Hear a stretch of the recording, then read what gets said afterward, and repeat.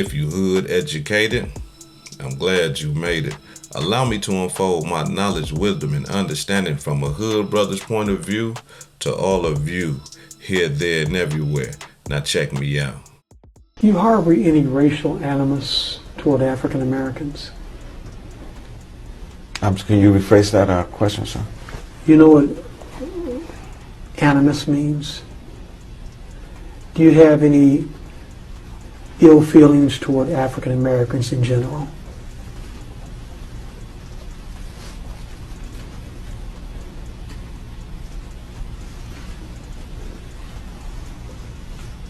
Ill feelings? I'm not.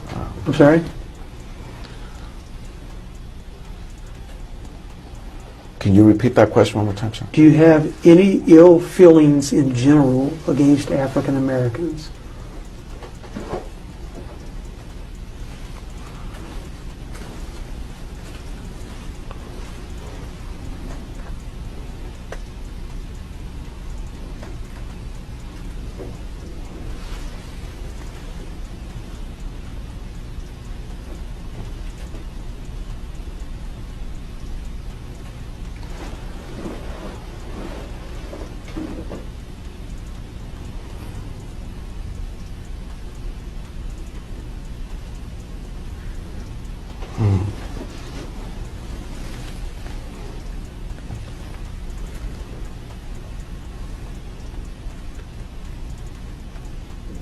I have feelings for African Americans, sir.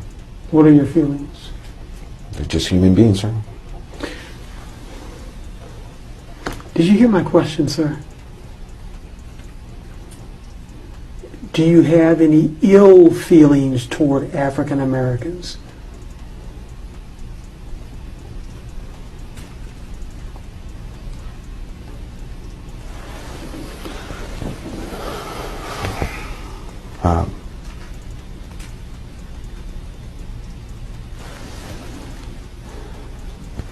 I do, sir. Okay. Tell me about your feelings. I grew up in the city of Compton, sir. Mostly male Hispanics, African Americans, so. Now, when I seen that, right, I got to be 100 with y'all, right? When the man asked him, do you have any ill feelings against African Americans or black people? And he sat there in silence for so long. I'm like, hey, bruh, listen, how long is it gonna take you to let us know you hate us if you don't hate us, man? The shit don't take that motherfucking long, right? Like you know if you got a dislike for somebody or if you got a liking for somebody, right? I mean, if you ask me, hey, hood educated, man, you like some chicken? Hey, man, chicken? If it's cooked right, man, hey, man, come on, man. You like watermelon hood, man, that's one of my favorite fruits. You see what I'm saying? Like, things that we like, we don't have to think about. Things that we dislike, we don't have to think about. Hood educated, do you like octopus? Nah, bro, I tried it. It just wasn't my thing, man. You know what I'm saying? Hood educated, man. Do you like mangoes? I tried it, bro, but it's just something I don't. It's easy, right? But this man taking all day. I'm talking about, I just imagine, like, what is he thinking about? Like, how is he trying to get up out of this? Right? But then as I thought a little farther, I said, it wasn't that. It's just that the simple fact that his dislike or hate for African American people was so deep that he couldn't even lie. That was an easy lie. Hey, hood educated, you got a problem with African American people? No. No problem at all. Easy. But the hate that this man has so much for African American people, it wouldn't even allow him to lie. Because he understands within himself, I can't stand they ass. I don't like them. He understands that. And he know that if he say, No, I don't. He will be lying. That's a cold-blooded demonstration. When you get that type of hate for somebody or for a race of people that you can't even lie about it. I see people lie all the time about it. Hey, yeah, I got black friends, man. Hey. You know what I'm saying? I even see black people. Hey, yeah, no, I got white friends, man. They can lie easy, but this man, who is a deputy sheriff, couldn't even bring himself to lie because of the hate that he had for African American people is that deep. Listen, y'all. This man is a deputy sheriff. How? Like, why would you even accept a job like that? Knowing that you have to protect the public. It is your duty. You get paid to protect white, black, brown, yellow, whatever colors we calling ourselves these days, but to protect everybody. That's your job. But you accept this job and say, I'm gonna protect everybody else, but them, I'm gonna hate them. Yeah, no, I don't like them over there. And why though? That would have been my, man, why you got an ill feeling towards African American people? Like, for what? Because as you can see, this man, the sheriff, he ain't white.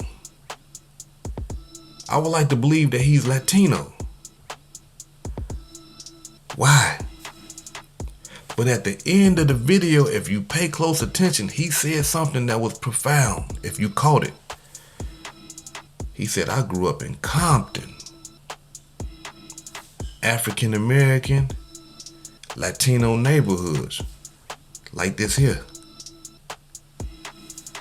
So, that tells me a story, right? I don't know about y'all, but when I heard that, I said, oh, okay. Oh, you grew up in Compton.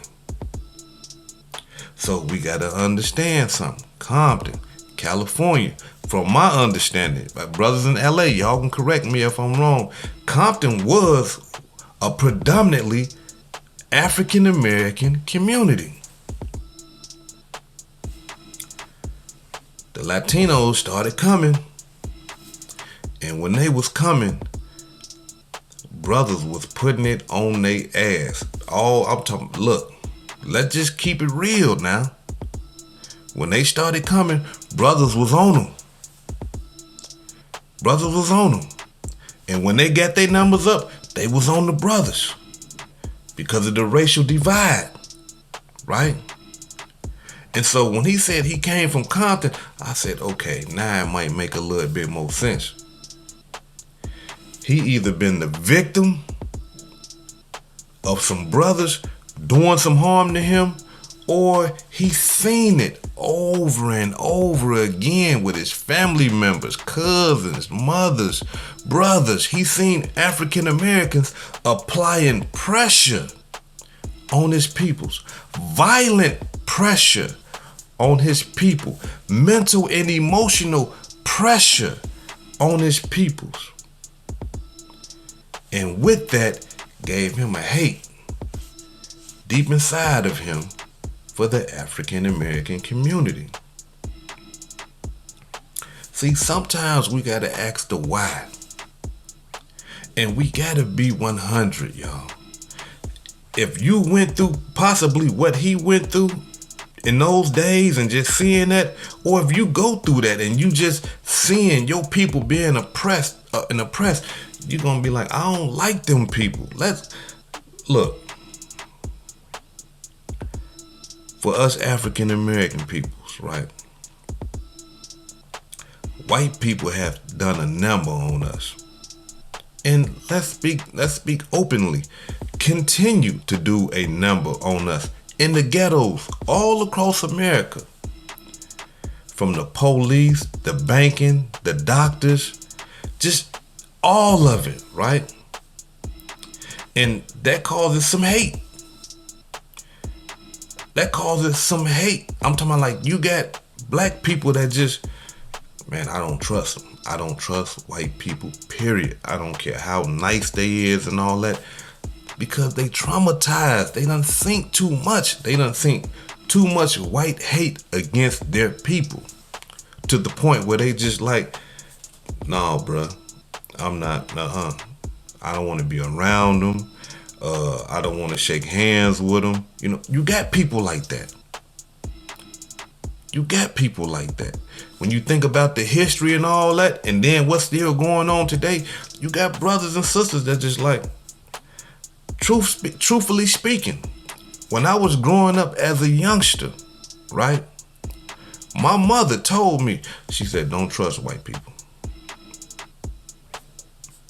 She never explained it to me, but she told me, look, as long as you live, don't you trust white people.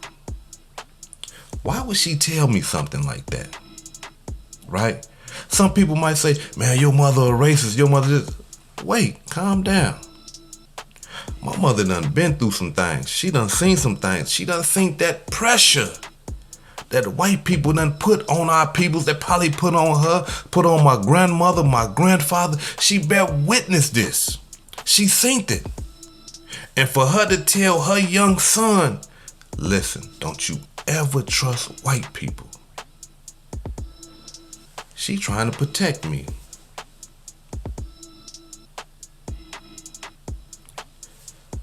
Don't it make sense? If you seen, I'm talking about no matter what race you is, if you listening to me right now, if you seen a different race oppressing and putting pressure and violence on your people, wouldn't you try to protect your loved one, your child, and say, hey, look, when you see them, You see what I'm saying? So in her way, she trying to protect me, like, don't trust them. But she never explained it to me. But now that I done matured, I can understand. And it goes with white people too. White people see black people and be like, son, daughter, no. Don't go over there dealing with them. Why? Because white people understand what they have done. And white people not, look, we don't know when these niggas gonna act crazy. Excuse me, we don't know when these African Americans gonna just say, hey, you know what, we tired, we just, you know what I'm saying, we finna go crazy. You know what I mean? So, they protecting, hey son, don't go to the ghettos in America. You live in the suburbs, don't go over there. Some people might say that's racist, you telling them. People are just trying to protect their loved ones. But my problem with this man is that he is supposed to be a peacemaker. This man, who is a sheriff, is supposed to be a clear-cut visual evidence proof that we can see and say that, you know what, it's some good people in the world that's Latino. They, you know, he treated me just like he would treat one of his own peoples. Why? Because a police, sheriff, anybody that works for the government works for the people. So that's my problem with this man. Because he accepted a job where it is, he's supposed to be like, no, we all is one. We are a human family. If you dying and you black and I got to give you mouth-to-mouth resuscitation and pump your chest and all that, I got to do that to you. But now that he has this hate in him and he hasn't changed, ain't no telling how many people he done let die. Ain't no telling how many people he done wrong. Because he still got that hate in him.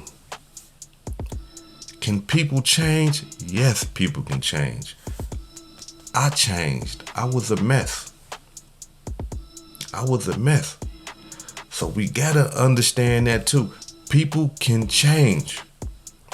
But if you accepting a job as a police, ambulance, doctor, anything like that, where you are for the people and you got hate in your heart, you doing the world a disservice.